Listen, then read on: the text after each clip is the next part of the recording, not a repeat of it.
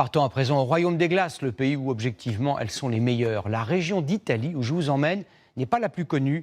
Les 5 terres sont en fait 5 villages multicolores suspendus entre ciel et terre au-dessus de la Méditerranée.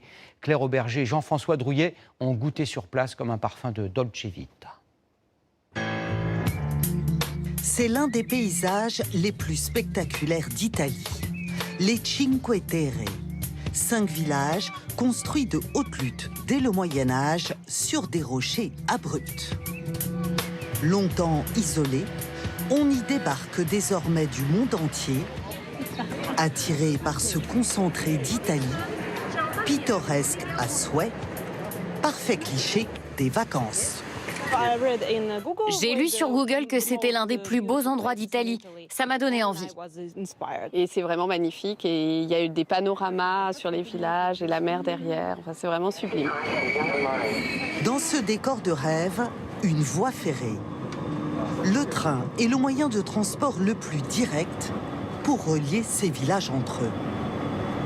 Il est le seul à traverser la montagne. La particularité de cette ligne, c'est d'avoir 20 km de tunnel avec quelques passages éclairs sur la mer. À la belle saison, cette ligne fait le plein. Les touristes se mêlent aux habitants. Ils sont nombreux à le prendre chaque jour pour aller travailler. On est très attachés à ce train. Je le prenais déjà pour aller à l'école. Il nous a reliés au reste du monde. C'est le moyen le plus pratique pour arriver dans les villages. Fabrizia est la maire de la ville de Manarola. 350 habitants et une rue principale qui dévale jusqu'à la mer au milieu des barques. Les maisons, emboîtées les unes aux autres, ont toutes été construites à la verticale.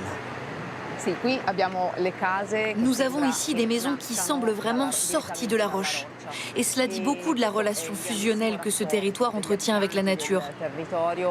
Quand les premiers habitants se sont installés en haut du village, ils ont dû arracher des portions de terre pour vivre ici.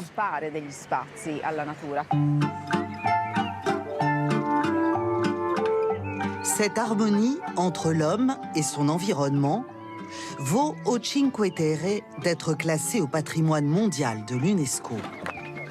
C'est aussi un parc national entretenu avec ferveur par ses agents qui reproduisent les gestes des anciens.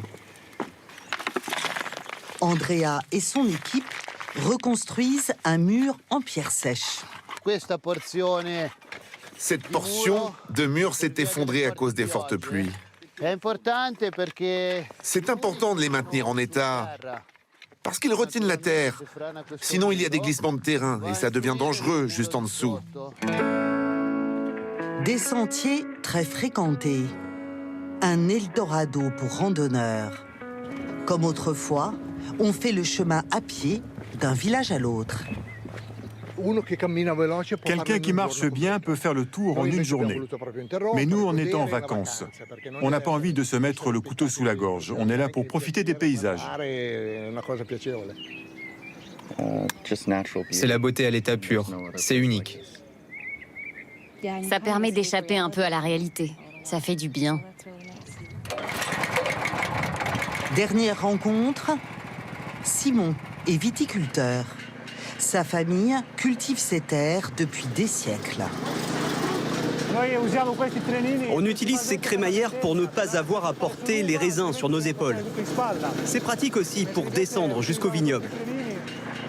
Ces parcelles sont toutes difficiles d'accès, disséminées sur ces collines et de petite taille. Mais leur exposition est optimale. On a le soleil du matin jusqu'au soir. Et pour nous, c'est très important. Comme ça, on évite d'utiliser des produits phytosanitaires. En plus, il y a la salinité. Ça donne un résultat unique et du sens à travailler une terre aussi difficile.